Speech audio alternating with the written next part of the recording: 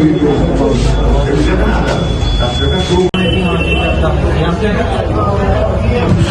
नाम रवि कोल है जी।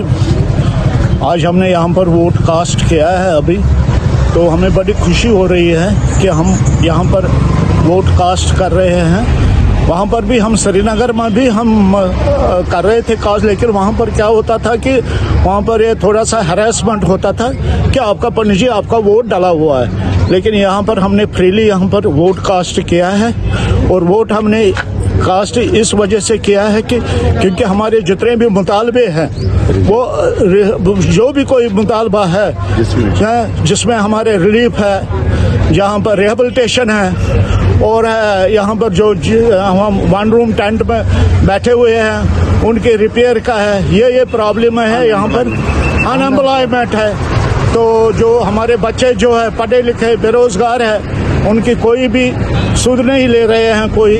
इस मुद्दों पर हम वोट कास्ट कर रहे हैं।